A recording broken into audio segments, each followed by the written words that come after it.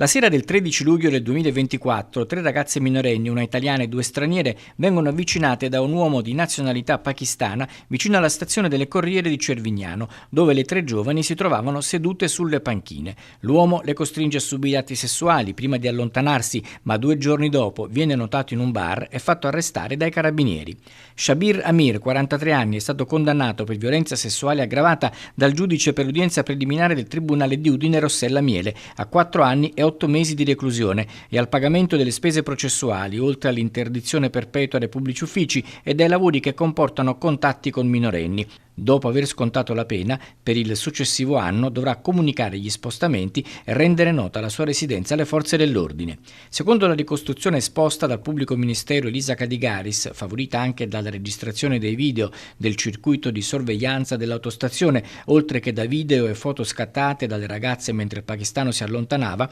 Shabir Amir, difeso dall'avvocato Federico Artico, aveva dapprima avvicinato una delle 3 abbracciandola, poi aveva dato 2 pacche sui glutei di un'altra mentre era distesa sulla panchina e infine aveva afferrato per un braccio la terza minorenne impedendole di allontanarsi insieme alle altre amiche e mentre la giovane tentava di sottrarsi alla presa aveva infilato le mani sotto la gonna palpeggiando le parti intime, chiedendo poi alla vittima di toccargli le sue di parti intime. 2 giorni dopo i fatti, l'uomo viene riconosciuto in un bar di Cervignano, dove arrivano i carabinieri e gli mettono le manette ai polsi. Da allora si trova in custodia cautelare agli arresti domiciliari, con braccialetto elettronico. L'avvocato riferisce che valuterà l'eventuale ricorso in appello dopo aver letto le motivazioni.